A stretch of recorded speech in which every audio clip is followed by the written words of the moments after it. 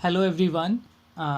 Economic survey volume 2 की आज हम समरी करने वाले हैं and it's in a brief, but आप समझ पाएंगे कि एक्चुअल में जो इकोनॉमिक सर्वे का वॉल्यूम 2 है वो क्या बताना चाहता है। ऑलराइट, सो आइए स्टार्ट करते हैं। So this is the very first slide. आप देखिए जो इकोनॉमिक सर्वे ने जो प्रेजेंट किया है वो आपको को चार पॉइंट्स में ब्रीफ किया हुआ है। First of all economic survey ने जो रिकॉग्नाइज किया था दैट इज़ कि चैलेंज, राइट, और चैलेंज क्या था हमारे सामने, that is pandemic, covid pandemic ना। वहाँ पे सिचुएशन इतनी क्रूशियल थी कि आप देखिए वहाँ पे एक टाइप का की डाउटफुल सिचुएशन थी, डायलेमा था कि हम लाइव्स को प्रायोरिटी दें या लिवलीहुड्स को। अगर हम लाइव्स को प्रायोरिटी देते हैं देन लॉकडाउन जैसे स्टेप्स लेते हैं, मींस हार्ड स्टेप्स लेते हैं, देन आप क्या कर सकते हैं, आप जो केसेस का चार्ट था, जो पेंडेमिक का चार्ट था, उसको तो फ्लैट कर लेंगे, बट आप कहीं ना कहीं लिवलीहुड को स्टीपर करेंगे। मींस आपके जो लिवलीहुड्स हैं, जो इकोनॉमिक एक्टिविटीज़ हैं, वो स्टीपर वे में डाउनवर्ड्स फॉल होंगी। कहीं ना कहीं जो होगा सर्वाइवल पे क्वेश्चन मार्क होगा। तो ये बहुत बड़ा मतलब डाउट सही था कि आपको लाइव्स को प्रायोरिटी देनी है लिवलीहुड्स को। बट आप देखिए हमने एक विन विन सिचुएशन में अचीवमेंट गेन की है, एंड द अचीवमेंट इज़ कि हमने लाइव्स को भी सेव किया एंड लिवलीहुड्स को। लाइव्स के लिए हमने हार्ड स्टेप्स लिए, फॉर एग्जांपल लॉकडाउन, हाँ, जिसको कोड भी किया, that was the short term pain. And फिर हमने फेज़ वाइज अनलॉक भी किया, राइट, जो हमारा फेज़ वाइज अनलॉक प्रोसेस था, that also help us to sustain livelihoods. So ultimately हम कहें कि जो सिचुएशन थी that is win win situation. इसके लिए जो मेथड था हमारा वो क्या था, that is mature policy response guided by research. आपने वॉल्यूम 1 में भी देखा कि जो पॉलिसी रिस्पॉन्स था that was not like the random step taken by the government, it was well defined by the research. Okay, so this is how जो हमारे economic survey है उसने हमें बताया कि प्रॉब्लम क्या थी, क्या डायलेमाज रहे, बट हमने प्रॉब्लम्स के अगेंस्ट जो हमारे गोल्स थे उनको कैसे अचीव किया, और उसके पीछे जो मेथडोलॉजी था, जो आपके स्टेप्स जो आपने ने लिए वो किस चीज़ पर बेस्ड थे, राइट। सो आइए for the next slide move करते हैं। सो ये आपका चैप्टर 1 है इकोनॉमिक सर्वे वॉल्यूम 2 का। ओके, तो जो चैप्टर 1 है वो बताता है आपको state of the economy. State of the economy मतलब जो सिचुएशन कैसी थी इकॉनमी की। तो देखिए ये चैप्टर आपको ये बताता है कि देखिए जो वर्ल्ड वाइड जो एडवांस्ड इकॉनमीज़ थी वो कुछ ज़्यादा ही हार्डर हिट हुई, मतलब वो उनका डैमेज कुछ ज़्यादा था देन जो डेवलपिंग इकॉनमीज़ हैं लाइक इंडिया। तो इंडिया जैसी जो इकॉनमीज़ है वो कैसी इकॉनमीज़ हैं, वो मार्केट डेवलपिंग इकॉनमीज़ हैं। तो उनका जो लॉस था वो इतना ज़्यादा नहीं था जितना एडवांस्ड इकॉनमीज़ यूएस और द यूरोपियन इकॉनमीज़ को जो लॉस फेस करना पड़ा। और राइट, इटली की सिचुएशन और यूएस की सिचुएशन तो हम सभी जानते हैं, that was like the prime part of the news. Okay, and then the V shaped economic recovery, जो हमने जो मतलब जो हमारा जो लिवलीहुड्स का जो ग्राफ था वो स्टीपर डाउनवर्ड्स हुआ, तो वो स्टीप वे में अपवर्ड भी मूव हुआ, मतलब रिकवरी भी उसने उतने ही फास्ट पेस में की जितने फास्ट पेस में वो डाउनवर्ड फॉल हुआ था। और ये कैसे हुआ, इसके पीछे सपोर्ट क्या था, सपोर्ट था मेगा वैक्सीनेशन ड्राइव जो हमने ली, and hopes of the robust recovery in the service sector. ना जो इंडिया की जीडीपी थी, जिसको मतलब कहता है कि जो फर्स्ट आपके 6 मंथ्स थे, वहाँ पे जो आपका फर्स्ट हाफ ईयर कहें उसमें जो आपकी जीडीपी वो 7.7% कॉन्ट्रैक्ट हुई, मतलब डिक्लाइन हुई, कम हो गई थी। And sorry, that is correction, that is not for the first half year, that was overall 7.7% decline आपकी जीडीपी का एस्टिमेट किया गया। ये किसने किया, ये इकोनॉमिक सर्वे ने किया। अच्छा, ये एस्टिमेटेड क्यों लिखा है, एक्चुअल क्यों नहीं लिखा, बिकॉज देखिए इकोनॉमिक सर्वे जो था ये आपका अप्रैल से लेके दिसंबर तक का होता है, अभी भी जो लास्ट क्वार्टर है उसके रिजल्ट्स आने बाकी हैं, तो दिस इज जस्ट एस्टिमेशन।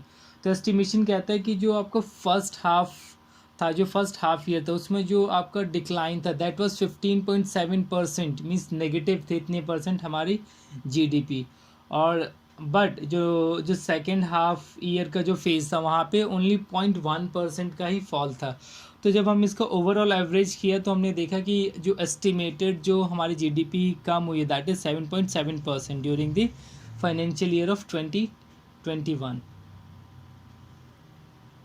सो जो सेक्टर वाइज एंड जो एग्रीकल्चर है that was like the question, जैसे कि हमने कहा था ना कि वॉल्यूम 1 में भी डिस्कस किया था कि ओनली एग्रीकल्चर सेक्टर था जिसने ना ग्रोथ को शो किया, अदरवाइज आपके जो अदर टू सेक्टर्स थे दैट इज़ आपका secondary sector, I mean manufacturing sector और सर्विस सेक्टर और जिसको आप टर्शरी सेक्टर भी कहते हैं, ये इनमें कॉन्ट्रैक्शन है, इनमें क्या हुआ, डिक्लाइन हुआ। बट आप देखिए जो आपका एग्रीकल्चर सेक्टर था, जो प्राइमरी सेक्टर था, वो कैसा था, वो सिल्वर लाइनिंग था। ओके, इसमें इवन आपको ग्रोथ देखने को मिली, इसीलिए इसको क्वेश्चन भी कहा था इकॉनमी का, राइट। उसके बाद इंडिया जो था वो फास्टेस्ट कंट्री बनी for the 10 lakh vaccine production. आप देखिए in the time span of 6 days आपने कितनी 1 million वैक्सीन्स का प्रोडक्शन किया। एंड हमने वर्ल्ड को लीड भी किया इन टर्म्स ऑफ वैक्सीन सप्लाई, जहाँ पे हमने कई कंट्रीज़ को, कई फ्रेंडली कंट्रीज़ को हमने जो वैक्सीन्स है डिस्ट्रीब्यूट भी की, ब्राज़ील जैसी कंट्रीज़ को।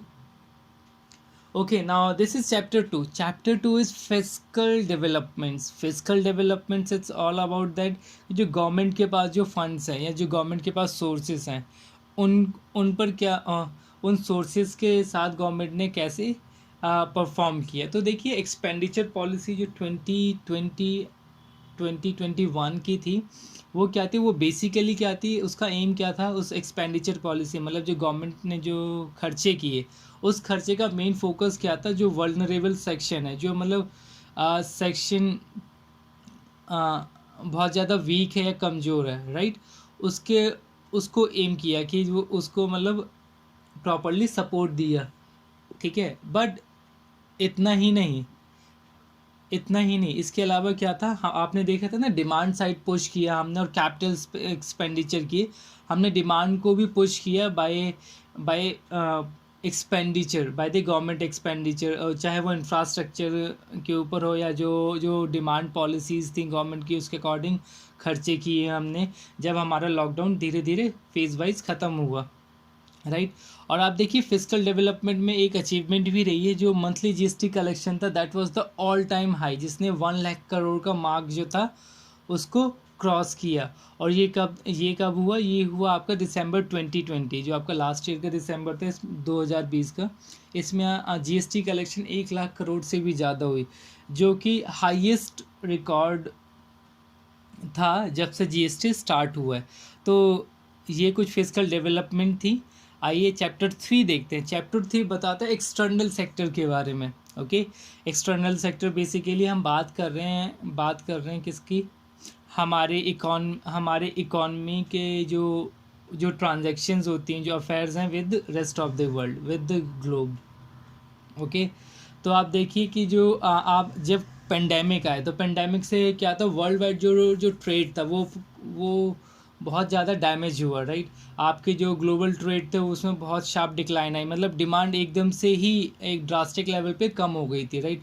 उसके अलावा आपको अगर फाइनेंसिंग वगैरह चाहिए by the external sources, I mean international sources, तो उसके लिए जो नॉर्म्स एंड रेगुलेशंस थे वो बहुत ज़्यादा स्ट्रिक्ट हो गए थे, एंड आपको जो लोन या फाइनेंसिंग जो थी वो बहुत टफ हो गई थी मिलनी। इसके अलावा जो कमोडिटीज़ के प्राइस थे वो भी इंटरनेशनल मार्केट में शार्पली डिक्लाइन हुए। शायद आपको क्रूड ऑयल के रेट की सिचुएशन तो लास्ट ईयर पता ही होगी, अमेरिका में नेगेटिव हो गई थी एक टाइम के लिए, तो राइट। तो इस टाइप की सिचुएशन थी पेंडेमिक के दौरान इन लास्ट ईयर, ये इकोनॉमिक सर्वे ने वेल रिकॉग्नाइज किया, राइट। तो इससे प्रॉब्लम इसका इम्पैक्ट कहाँ देखने को मिले, इसका इम्पैक्ट आप देख पाएंगे करंट अकाउंट बैलेंसेस या फिर जो करेंसीज थी डिफरेंट कंट्रीज़ के, उनके जो अप्स एंड डाउन्स में। इंडिया का जो फॉरेक्स रिज़र्व था वो ऑल टाइम हाई हुआ। दैट मीन्स कि जो इंडिया के पास जो फॉरेक्स रिज़र्व था इंक्लूडिंग गोल्ड, फॉरेक्स में गोल्ड एंड फॉरेन करेंसीज आती हैं, वो 586 बिलियन था ऑन जनवरी 8, 2021। मैं बात करूँ लास्ट फाइनेंशियल ईयर 2020-21, जहाँ पे आपका जो first time all time highest था 586 बिलियन फॉरेक्स रिजर्व। ये भी एक रिकॉर्ड था, ठीक है। और जो annual account surplus, I mean जो करंट अकाउंट सरप्लस था, करंट अकाउंट जिस पर आप गुड्स एंड सर्विसेज की बात करते हैं, गुड्स एंड सर्विसेज के लिए जो आपकी रिसीप्स एंड पेमेंट्स आती हैं वो इसमें ही रिकॉर्ड की जाती हैं। कब? जब आप इंपोर्ट एक्सपोर्ट में डील कर रहे होते हैं। इसके अलावा रेमिटेंस वगैरह भी उन्हीं में ऐड होती हैं, राइट। तो जो आपका करंट अकाउंट था वो सरप्लस में था आफ्टर पीरियड ऑफ 17 ईयर, मतलब 17 साल बाद आपका जो करंट अकाउंट था वो डेफिसिट शो करने के बजाय क्या कर रहा था? सरप्लस शो कर रहा था। मींस जो आपकी फॉरेन रिसीट्स थी वो ज़्यादा थी देन जो आपने फॉरेन पेमेंट की। तो that was quite amazing. Then the trade balance जो था, आपको पता है कि हमारे जो बिगेस्ट पार्टनर हैं जैसे कि यूएस, चाइना जैसे बिगेस्ट पार्टनर जिनसे हम ट्रेड करते हैं, स्पेशली हम इंपोर्ट करते हैं, right, at the major level. Okay, so ये इंपोर्ट था ये भी स्लो हुआ क्योंकि हमारे यहाँ पे लॉकडाउन लगा हुआ था और डिमांड जो थी शार्पली डिक्लाइन हो गई थी। तो जो आप देखिए जो इम्पोर्ट्स थे, इम्पोर्ट्स में इम्प्रूवमेंट आई। इम्प्रूवमेंट मीन्स इम्पोर्ट्स आपके शॉर्ट हो गए, राइट। और जो आपके नेट प्राइवेट ट्रांसफ़र्स थे, जो मतलब आपके जो इंडियंस लोग हैं जो हमारे रिलेटिव्स या फ्रेंड्स वगैरह जो फॉरेन में जाके काम करते हैं, वहाँ से जो वो सेंड करते हैं money, that is remittance, right. तो रेमिटेंस में भी शार्प डिक्लाइन आया, दैट वाज 6.7%। बट एक चीज़ और भी प्लस पॉइंट था, अगर डिक्लाइन आप देखिए ओवरऑल जो है ये plus minus ups and downs की ऑब्जर्वेशन है, ओके। तो इम्प्रूवमेंट भी है। इम्प्रूवमेंट इज़ लाइक द जो डेट वल्नरेबिलिटी इंडिकेटर्स से जो बताते हैं कि आपका जो डेट है वो कितना, जो डेट है वो आपके कितने कंट्रोल में, इन शॉर्ट कहा जाए तो, ओके, कितना वल्नरेबल है। तो आप देखिए आपके जो शॉर्ट टर्म डेट थे, जो short term means with in 1 year के जो डेट होते हैं, लाइबिलिटीज़ होती हैं, उनके अगेंस्ट जो आपके फॉरेक्स रिजर्व्स थे that were quite satisfying, okay. उनके कंपैरिजन में जो आपके रिजर्व्स थे वो एक अच्छे लेवल पे एग्जिस्ट करते थे, रेशियो ने इंडिकेट किया। और ये इकोनॉमिक सर्वे की अगेन एक रिकग्निशन है। और राइट, सो चैप्टर 3 जो कि एक्सटर्नल सेक्टर की बात कर रहा था, उसमें कुछ और ऑब्जर्वेशंस है जो इकोनॉमिक सर्वे ने जो एनालाइज करके हमें बताया। That was about the April to December जो 2020 था, उसमें जो आपके कुछ ट्रेडिंग एक्टिविटीज़ थी या ओवरऑल जो आपका इंपोर्ट एक्सपोर्ट है उसकी एक शॉर्ट आपके ग्लिम्पसेस कह लें, वो यहाँ पे मेंशन्ड है। तो जो इंडिया का जो ट्रेड था, trade deficit was lower eight 57.5%। It means जो हमारा ट्रेड डेफिसिट था वो कैसा था? हाँ, ओबियसली इंडिया के डेवलपिंग नेशन है तो हमारे यहाँ पे जनरली ट्रेड डेफिसिट ही होता है। क्यों होता है? क्योंकि हम इंपोर्ट ज़्यादा करते हैं देन एक्सपोर्ट, ऑलराइट। जो ट्रेड डेफिसिट था वो बहुत कम था। इट मीन्स कि हमने क्या किया, हमने इंपोर्ट को काफ़ी कट किया during the pandemic season, okay. और अगेन ये कैसे, ये as per data of 9 months, that is April to December 2020। जो एक्सपोर्ट था, ऐसा नहीं कि हमने शार्पली सिर्फ इंपोर्ट को ही कट किया, एक्सपोर्ट में भी डिक्लाइन आया। अब एक्सपोर्ट में डिक्लाइन क्यों आया? ओबियसली सिर्फ हमारे यहाँ पे ही लॉकडाउन नहीं लगा था, पेंडेमिक सिर्फ हम अकेले फेस नहीं कर रहे थे, और भी इकॉनमीज फेस कर रही थी। इसीलिए जितना हमारे यहाँ पे डिमांड या कंजम्पशन लेवल डाउन हुआ, उतना बाहर भी कंजम्पशन या डिमांड जो थी हमारे प्रोडक्ट्स की वो कम हुई, जिसकी वजह से हमारा एक्सपोर्ट भी 15.7% डाउन हुआ, that is by $238.3 billion, okay. जो हमारे पेट्रोलियम ऑयल एंड लुब्रिकेंट्स, जो POL in short, petroleum oil and lubricants, इनका जो एक्सपोर्ट था इसने क्या नेगेटिवली परफॉर्म किया। मतलब ओबियसली हमने जो एक्सपोर्ट हैं इस मामले में कम किया। फॉर एग्जांपल अगर मैं आपको बताऊं, भूटान या नेपाल जैसी कंट्रीज़ को हम ये प्रोडक्ट्स क्या करते हैं, एक्सपोर्ट करते हैं, because they are land locked countries, alright. लेकिन आप देखिए जहाँ पे आपके जो पेट्रोलियम ऑयल और लुब्रिकेंट प्रोडक्ट्स थे, पोल प्रोडक्ट्स थे, इनका एक्सपोर्ट में क्या हुई, शॉर्टेज आई। वहीं पे जो नॉन पोल प्रोडक्ट्स रहे उनके एक्सपोर्ट क्या था, उनके एक्सपोर्ट में इम्प्रूवमेंट दिखी, या उनके उनके एक्सपोर्ट में ग्रोथ दिखी।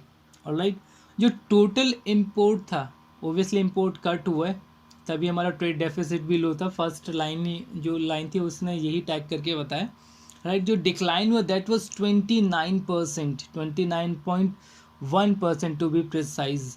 Okay, that in terms of amount is $258.3 billion.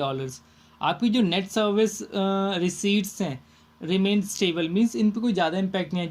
जो सर्विसेज हम सर्व करते हैं थ्रू वर्ल्ड वाइड, उनके अगेंस्ट जो हमें रिसीट मिलती है वो ऑलमोस्ट स्टेबल रही, बिकॉज आपको पता आउटसोर्सिंग वर्क होता है, सर्विसेज को ईजिली प्रोवाइड किया जा सकता है because of technology, technological assistance. Alright, इसके अलावा आप देखिए जो आपका सर्विस सेक्टर है उसमें पता है आपको सबसे मेजर पार्ट कौन प्ले करता है, that is the software service. Okay, जो आपको टोटल सर्विस एक्सपोर्ट है उसका ऑलमोस्ट 50%, या आप to be precise 49% accounted for software service only.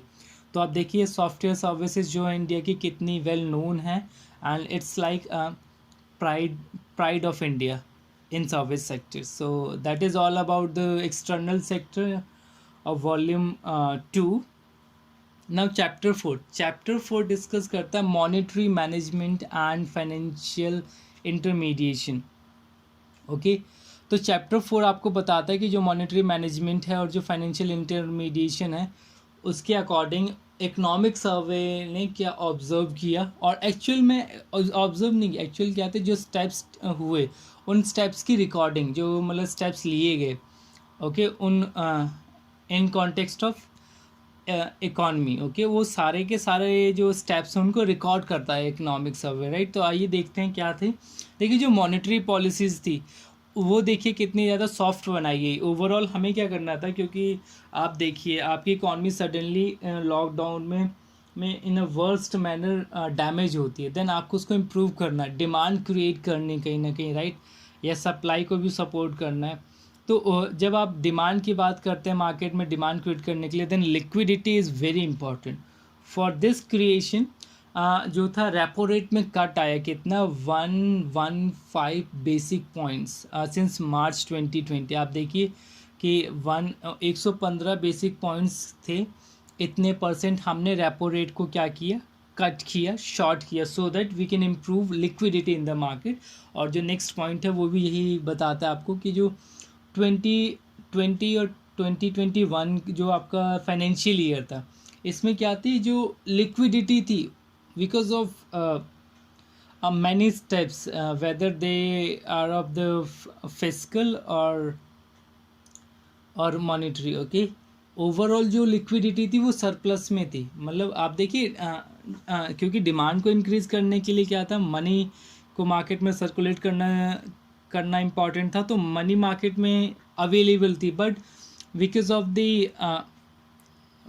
The sharp the shortage of demand, जो हमारे पास लिक्विडिटी वो कितनी थी, वो एक्स्ट्रा थी, बट उस एक्स्ट्रा इम्पॉर्टेंट था क्योंकि वही एक्स्ट्रा जो लिक्विडिटी थी उसने एनकरेज किया और उससे डिमांड को क्रिएट किया गया, so that we can recover soon. Okay, और इस लिक्विडिटी को क्रिएट करने के लिए आरबीआई ने बहुत इंपॉर्टेंट रोल्स प्ले किए बाय वेरियस स्टेप्स जो आरबीआई ले सकता है। Okay, in monetary policy, that is the open market operations, जहाँ पे फंड्स प्रोवाइड करवाना मार्केट से सिक्योरिटी परचेज करके, या लॉन्ग टर्म रेपो ऑपरेशन हो गए, targeted long term repo operations हो गए। ऑलराइट, जो हमारे नॉन परफॉर्मिंग एसेट्स थे शेड्यूल बैंक्स के, इनमें भी डिक्लाइन आया। आप देखिए जो नॉन परफॉर्मिंग एसेट्स थे उनमें शॉर्टेज देखी गई during the financial year. Okay, तो आप देखें तो जो शॉर्टेज कितनी हुई, जब लास्ट ईयर देखा गया था, जब आपने मार्च में देखा था, मार्च 2020, जब आपका फाइनेंशियल ईयर 19-20 एंड हो रहा था, उस टाइम पे क्या था, उस टाइम पे आपका जो नॉन परफॉर्मिंग एसेट्स थे वो कितने थे, 8.21% थे। ओके, बट वही नॉन परफॉर्मिंग एसेट्स जो सितंबर एंड, आप ओवरऑल बात करें तो आप कह रहे हैं फर्स्ट हाफ, जिसमें इकोनॉमिक एक्टिविटीज़ को एकदम से सस्पेंड कर दिया था, first half of the financial year 2020-21, उसके स्टार्टिंग में देखिए नॉन परफॉर्मिंग एसेट्स 8.21% थे, जो end of the September means end of the first half of the financial year 7.49% ही बचे। आप देख रहे हैं ये इतना बड़ा चेंज आया, राइट, कि आपके नॉन परफॉर्मिंग एसेट्स जो थे वो कम हुए। But here is the twist, आपको क्या लगता है कैसे कम हुए? Overall see because of less activities, simple. आप देखिए इसके अलावा एक और अचीवमेंट भी देखिएगी फाइनेंशियल सेक्टर में, जो हमारे शेयर मार्केट के जो इंडिकेटर्स हैं, निफ्टी 50 या फिर BSE सेंसेक्स, इन्होंने all time high records show किए। दैट इज़ आप देखिए निफ्टी जो था all time high 14,644.7, and the Sensex BSE Sensex that was the 49,792.12 का न्यू रिकॉर्ड था, उसको टच किया। Okay, and that was like achievement for India, कि इंडिया का शेयर मार्केट वर्ल्ड वाइड इतना ज़्यादा रिकॉग्नाइज हो रहा है, इतना ज़्यादा अप्रिशिएट हो रहा है, जहाँ पे इतनी सारी एक्टिविटीज़ परफॉर्म की जाती हैं, ट्रांजैक्शन इतनी बल्क में परफॉर्म की जाती हैं। ओके, आप देखिए जो रिकवरी रेट था शेड्यूल्ड कमर्शियल बैंक्स का, जो आपके पास कोड आया था in recent time, insolvency bankruptcy code. Okay, जब से ये स्टार्ट हुआ है इससे अब तक ओवरऑल 45% हमने रिकवर किया है। ओके, अब 45% हमने क्या किया, जो बैंक्रप्ट हो जाती हैं, जो ऑर्गेनाइजेशंस वगैरह या जो इंसॉल्वेंट हो जाते हैं, उनसे हमने रिकवर किए अपनी जो एसेट्स, इन शॉर्ट जो आपने फंडिंग दी थी, जो आपकी बोरोइंग्स थी, उसकी recovery. Okay, so that was also 45%। और ये कब से कब तक का? ये ओवरऑल जब आपका बैंकिंग कोड जो था, इंसॉल्वेंसी बैंक्रप्सी कोड, जब से ये इम्प्लीमेंट हुआ तब से लेके till the economic survey record किया गया जब तक, तो 45% था। तो आप देखिए रिकवरी रेट कितना हाई है। ओवरऑल जो आपके जो फाइनेंशियल सेक्टर्स में जो रिफॉर्म्स हुए हैं वो कितने अच्छे वे में परफॉर्म कर रहे हैं, ये चैप्टर इन शॉर्ट आपको बता रहा है। ओके, चैप्टर 5 बताता है आपको प्राइसेस एंड इन्फ्लेशन। सो आप देखिए headline CPI inflation, headline CPI inflation in short, inflation समझते हैं ना, price rise, overall price rise. Okay, और overall price rise means of like the bundle of goods where like the all goods are covered. Okay, so देखिए जो अप्रैल से दिसंबर में 6.6% था on an average. आप देखिए अप्रैल टू दिसंबर जो इन्फ्लेशन रेट था, headline consumer price index basis पर जो इन्फ्लेशन था वो 6.7% था, जो कि लास्ट ईयर के दिसंबर और जो कि दिसंबर में 4.6% 4.6% था। ओके, चलिए मैं रिपीट कर देता हूँ इस बात को, थोड़ा सा स्टक हो गया था, सॉरी। एक्चुअल में ये कह रहे हैं कि जो आपका देखिए जो लास्ट 6 मंथ्स में जो ऑन एन एवरेज जो इन्फ्लेशन रही दैट इज़ 6.6%। ओके, अप्रैल से दिसंबर 2020 में, and December particularly that was 4.6%।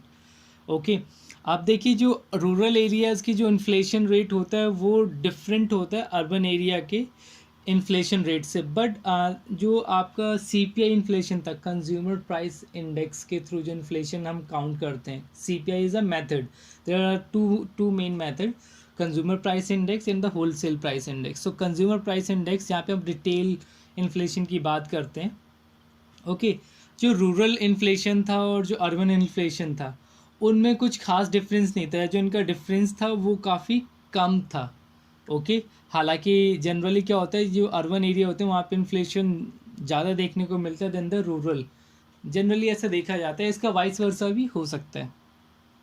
आप देखिए जो आपका जून से नवंबर का जो पीरियड था 2020 का, उस टाइम पर थाली की जो कॉस्ट थी, राइट, ऑन एन एवरेज जो एक थाली कॉस्ट थी वो कैसी थी, उसमें कॉस्ट जो थी वो काफ़ी इंक्रीज़ हुई। बट आप देखिए जैसे ही एक हमारी इकॉनमी ने रिस्टोर करना शुरू किया अपने आप को, इसमें शार्प फॉल भी आया, जिसमें जो एसेंशियल फूड कमोडिटीज़ थे उनके जो प्राइसेस थे वो कैसे हो गए, वो कम हो गए थे, डिक्रीज़ हो गए थे। बट अभी भी एक मेजर कंसर्न है। आप देखिए जैसे कि जो आपके जो जो ऑयल्स हैं, जो आपके ईटेबल ऑयल्स हैं या जो एडिबल ऑयल्स हैं, ये काफ़ी महंगे हैं, या रिफाइंड वगैरह। आप देखिए ये पीक पर है अपने 200 रुपीज़ समवेयर पर लीटर। तो that is quite concerning now it is. But economic survey last year की बात करते हैं, तो लास्ट ईयर में कि दिसंबर तक जो थे आपके एसेंशियल कमोडिटीज़ के जो प्राइस थे वो फॉल हो गए थे। आप देखिए प्राइस स्टेप, जो फूड आइटम्स है मोस्ट इम्पॉर्टेंट थिंग, उनके प्राइस को स्टेबलाइज करने के लिए बहुत सारे स्टेप्स लिए गवर्नमेंट ने। ओके, उन स्टेप्स में से कुछ स्टेप्स थे, फॉर एग्जांपल कि आप देखिए जो अनियन का एक्सपोर्ट था उसको बैन किया गया, राइट। जो स्टॉक को जो रखना होता है, जो स्टॉक पाइल करना होता है, उस पर भी लिमिट लगाई गई ताकि आप ब्लैक मार्केटिंग ना कर पाएँ। ओके, और जो इम्पोर्ट्स थे पल्सेस के, उनको ईजी किया गया कि आप इजीली जो है जो फूड आइटम्स हैं पल्सेस लाइक, उनको आप इजीली इंपोर्ट भी कर पाएँ। गोल्ड प्राइस था वो आपने देखा लास्ट ईयर काफ़ी ज़्यादा हाइक हुआ, एंड सडन हाइक हुआ जस्ट लाइक बिटकॉइन। हालांकि बिटकॉइन को ज़्यादा हुआ, बट गोल्ड आप देखिए गोल्ड का जो जैसे गोल्ड बिहेव करता है उसके अकॉर्डिंग गोल्ड ने कुछ ज़्यादा ही इस शार्प स्पाइक किया ड्यूरिंग द कोविड-19। ऐसा क्यों हुआ? क्योंकि लोग मानते थे कि जो गोल्ड था, गोल्ड में इन्वेस्टमेंट वॉज सेफ। क्योंकि इकोनॉमी जो थी वो इकॉनमी जो थी उस वो अनस्टेबल हो गई थी कोविड-19 के दौरान, तो उनको लगा कि gold is the safest investment instrument. इसीलिए गोल्ड की सडन डिमांड बढ़ी, और सडन डिमांड बढ़ने से गोल्ड के प्राइस में शार्प हाइक देखने को मिला। Now sustainable development and the climate change, next chapter number 6। तो देखिए जो वॉलंटरी नेशनल रिव्यू था, इट मीन्स हर एक कंट्री क्या करती है, जो सस्टेनेबल डेवलपमेंट गोल्स हैं उनको पहले एसेस करती है कि उनमें उन्होंने क्या प्रोग्रेस की है, उसको असेस करती है, और देन उसको शो करती है कि हमने इस वे में जो सस्टेनेबल डेवलपमेंट गोल्स हैं वो अचीव किए, एंड कितने अचीव किए, अप टू व्हाट एक्सटेंट उन्होंने अचीवमेंट पाई है। ओके, तो जो ये रिव्यू था इसको प्रेजेंट किया गया United Nations high level political form में। ओके, आप देखिए localisation of sustainable development goals, ये एक इम्पॉर्टेंट स्टेप लिया गया। इसमें क्या हुआ कि जो एक इंस्टीट्यूशनल एक प्रॉपर मैकेनिज्म जो स्ट्रक्चर है वो डिफ़ाइन किया गया, वेल डिफ़ाइन किया गया, सो दैट जो हमारे सस्टेनेबल डेवलपमेंट गोल्स हैं उनको उनको टिल द डेडलाइन हम प्रॉपरली अचीव कर पाएँ। ओके, इसके लिए नोडल मैकेनिज़म्स थे फॉर एवरी डिपार्टमेंट एंड हर एक डिस्ट्रिक्ट पर, फॉर बेटर कोऑर्डिनेंस एंड कन्वर्जेंस के लिए हमने क्या किया, एक प्रॉपर मैकेनिज़्म डेवलप किया जहाँ पे हर एक डिपार्टमेंट एक दूसरे से प्रॉपरली कोऑर्डिनेट कर पाए। ऑलराइट, और इस मैकेनिज़्म के थ्रू हमें इजी होगा, हमारे लिए काफ़ी स्मूथिंग प्रोसेस होगा to achieve the goals mention in the sustainable development goals statement. Okay, international solar alliance very important, founded member of them is one of them is we Indians और India. Okay, इसका head office कहाँ है ये आपने बताना है मुझे, India में ही है। ओके, यहाँ पर एक दो नए इनिशिएटिव लिए गए। First is world solar bank, and second is the one sun one world one grid initiative. Obviously ये देख कर लगता है सेकेंड वाला जैसे इंडिया ने ही सजेस्ट किया हो, जैसे one nation one card, some time like the one nation one ration, तो ये भी कुछ ऐसे ही लग रहा है, one sun one world one grid initiative. Overall पूरे वर्ल्ड को का जो सोलर एनर्जी का जो स्ट्रक्चर है या जो नेटवर्क है उसको इंटरकनेक्ट करना पूरे वर्ल्ड के, that was like the initiative taken under the sustainable goals and climate change. Okay, so these were the major developments. आइए नेक्स्ट चैप्टर पे मूव करते हैं, that is the agriculture and the food management. जो primary sector था आपका, जिसको agriculture and allied activities sector भी कहते हैं, मैंने कहा था ना कि पेंडेमिक के टाइम पे जहाँ पे secondary and the tertiary sector contract हो गए थे, शॉर्ट हो गए थे, आपको उसमें फॉल देखने को मिला था। वहीं जो प्राइमरी सेक्टर था agriculture and the allied activity sector, इसमें आपने ग्रोथ देखी, that is it was like the economic question, okay, it's like the shock observant, okay, यहाँ पे 3.4% की ग्रोथ देखने को मिली, ओके। जो एग्रीकल्चर सेक्टर है इन द लास्ट ईयर जो था, इसकी जो ग्रॉस वैल्यू एडेड है, मतलब जो gross value added at the current price है, उसमें शेयर कितना है, 7.8% है, ओके। हालांकि मेजॉरिटी आपको पता है सर्विस सेक्टर इसमें प्ले करता है। जो डेयरी फार्मर्स थे, 1.5 करोड़ से भी ज़्यादा डेयरी फार्मर्स को क्या हुआ, आत्मनिर्भर भारत पैकेज के अंडर किसान क्रेडिट कार्ड्स दिए गए, ओके। और जो प्रधानमंत्री फसल बीमा योजना थी, उसमें ऑलमोस्ट 5.5 करोड़ फार्मर्स को इन्होंने ईयर ऑन ईयर जो थे उनको कवर किया। आप देखिए फिश प्रोडक्शन ने भी एक रिकॉर्ड मेंटेन किया, एक रिकॉर्ड बनाया फिश प्रोडक्शन ने, that is 14.16 million metric tons in the 1920, ये आपके 19-20 में जो प्रोडक्शन था उसका डेटा है। और जो प्रधानमंत्री गरीब कल्याण अन्न योजना, इसमें लगभग 81 करोड़ बेनिफिशियरीज़ को फूड प्रोवाइड किया गया during the pandemic, okay. So it's like आप देखिए इतने बड़े नेशन को डील करना, it's like we should proud on our government, our system. I'm not saying any political party, but our government, how to manage this. Okay, industry and infrastructure. आप देखिए industries and infrastructure के बारे में भी कुछ की highlights economic survey ने mention किए हैं, ओके। अगली 2 स्लाइड्स हम इसी के बारे में देखने वाले हैं। सो a strong V-shaped recovery of economic activities further confirmed in the index of Indian production data, index of industrial production data। आप देखिए जो IIP का जो डेटा है उसने भी इस बात को जस्टिफाई किया कि जो हमारे इकॉनमी है उसने वी शेप में रिकवरी की है, ओके। एंड जहाँ पे आप देखिए जो हमारे कोर जो 8 कोर इंडेक्स हैं उन्होंने फर्दर प्री कोविड लेवल तक जो हमारा स्टेटस था उसको हाईलाइट किया, उसको इंडिकेट किया। ईज़ ऑफ डूइंग बिजनेस में जो हमारी रैंक थी एट इंटरनेशनल लेवल वो काफ़ी इम्प्रूव हुई है, that is 63rd from the 77th in the 2018। ये भी एक रिमार्केबल अचीवमेंट रही इंडिया के लिए कि जो इंडिया में बिजनेस करना now is being easier day by day.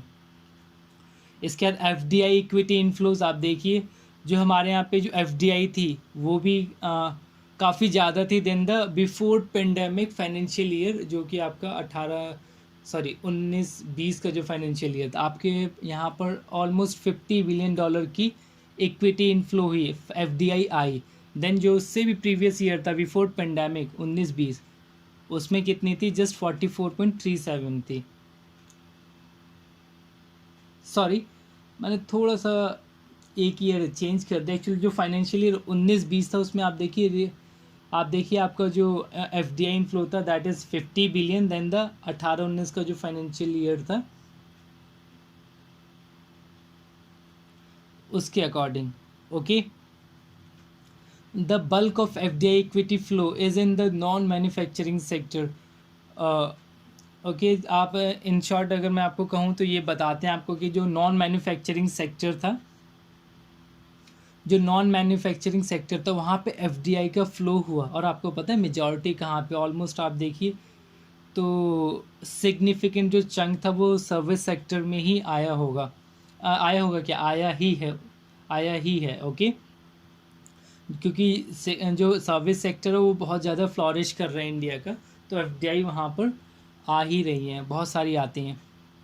Government ने जो था वो था, क्योंकि देखिए मैन्युफैक्चरिंग सेक्टर को बूस्ट करना है, इसके लिए जो था प्रोडक्शन लिंक इंसेंटिव स्कीम को लॉन्च किया, जिसमें जो 10 की सेक्टर्स थे उनको कवर किया गया अंडर आत्मनिर्भर भारत, ताकि जो हमारी मैन्युफैक्चरिंग कैपेबिलिटी है एंड एक्सपोर्ट्स हैं उनको इम्प्रूव कर सकें, अपने आप को एज अ मैन्युफैक्चरिंग हब हम जस्टिफाई कर सकें, alright. So now the next sector, the next chapter, or before that, see, I discussed that the FDI topic, so there is a bit doubt for me or the financial year. So please do check the facts about it. All right, let's come for the next slide. Services sector, देखिए India का जो service sector है obviously ये भी hit हुआ, almost 16%। इसमें भी आपको जो था फॉल देखने को मिला in the first half during the financial year 2020-21। Okay,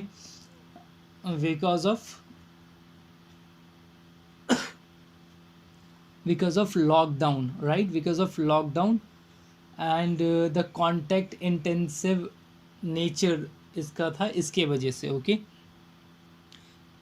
अब देखिए जो सर्विस सेक्टर है ये जो इंडिया का जो ग्रॉस वैल्यू एडेड है ओवरऑल, आप कहें जो इंडिया जो वैल्यू प्रोड्यूस करता है विद इन अ ईयर, उसमें 54% कंट्रीब्यूट करता है।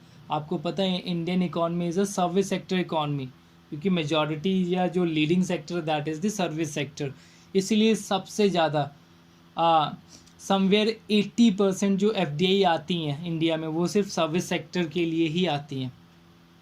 और सर्विस सेक्टर जो है वो जो हमारे टोटल एक्सपोर्ट है उसका 48% एक्सपोर्ट सिर्फ सर्विस सेक्टर से कंट्रीब्यूट होता है। उसमें भी सर्विस सेक्टर में मेजॉरिटी किसकी है? सॉफ्टवेयर सर्विसेज की। ओके, सर्विस सेक्टर में भी लीड कौन करता है? सॉफ्टवेयर सर्विस, हमने प्रीवियस स्लाइड्स में देखे हैं।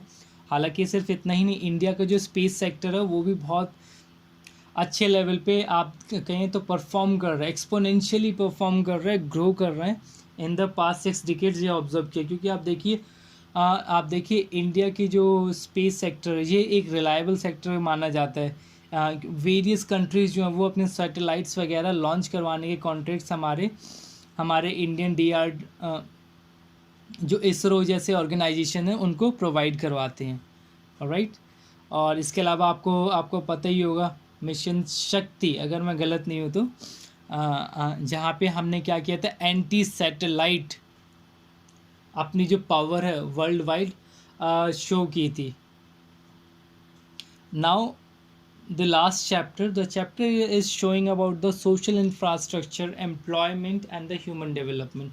So the expenditure on social services, चाहे वो आपकी एजुकेशन हो, हेल्थ हो या अदर सोशल सेक्टर्स, वहाँ पे जो सेंटर और स्टेट का जो कंबाइंड खर्चा था वो ऑलमोस्ट 8.8% ऑफ GDP था, जो कि बड़ा है देन 6.2% से। ओके, जो आपका 2014-15 में 6.2% था बजट के अकॉर्डिंग, वो 8.8% हो गया फॉर 2020-21 2020-21 में। ओके, ये किसका? सेंटर प्लस स्टेट जो टोटल कंबाइन जो खर्चा करते हैं सोशल सर्विसेज पे। ओके, आप देखिए the access to data network and electronic device में बहुत ज़्यादा आप देखिए तो आपको इम्प्रूवमेंट देखने को मिली है, ग्रोथ देखने को मिली है। और ये ग्रोथ क्यों? क्योंकि online learning and remote working during the pandemic इसके पीछे मेन रीजंस रहे हैं और सॉलिड रीज़न रहे हैं। और इसके अलावा जो फॉर्मल स्किल ट्रेनिंग थी इसमें भी इम्प्रूवमेंट्स हुई हैं, जहाँ पे all socio economic classification including social rural, urban and the gender classification. Okay, gender wise भी इम्प्रूवमेंट देखने को मिली है, रूरल लेवल पे भी और अर्बन लेवल पे भी। ये मतलब जो सोशल स्किल्स जो फॉर्मल ट्रेनिंग हम सीखते हैं ITI जैसे, ओके, इस टाइप के स्किल्स हमने डेवलप किए हैं, इसमें इम्प्रूवमेंट आई है। लोग मतलब मोर स्किल्ड हुआ in short.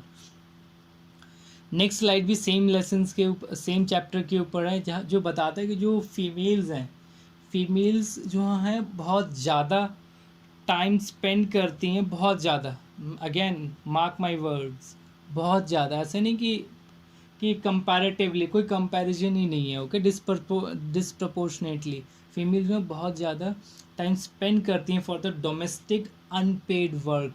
Okay, domestic and the care giving services, जो वेमेन जो हैं जो होम मेकर्स होती हैं, वो होम मेकिंग की जो वर्क करती हैं वो बहुत ज़्यादा करती हैं, जिसका कोई कंपैरिजन ही नहीं है with the other members, male members against.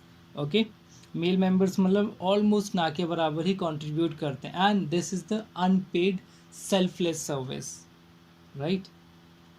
C the level of sacrifice तो आप देखिए इसके अलावा ये चैप्टर ये आपको ये भी बताता है कि हमें जो नॉन डिस्क्रिमिनेटरी प्रैक्टिसेस हैं जो वर्क प्लेस पर है उनको एड्रेस किया है कि उनको हमें प्रमोट करने की ज़रूरत है, लाइक जो पे एंड करियर प्रोग्रेशन हो गया या फिर आपके जो वर्क इंसेंटिव्स हैं उसमें इम्प्रूवमेंट हो गया, या जो मेडिकल है और अदर सोशल सिक्योरिटी बेनिफिट्स हैं फॉर द फीमेल वर्कर्स, इन सबको इन अ ग्रेट मैनर हमें क्या करना चाहिए, एड्रेस करना चाहिए। ऑलराइट।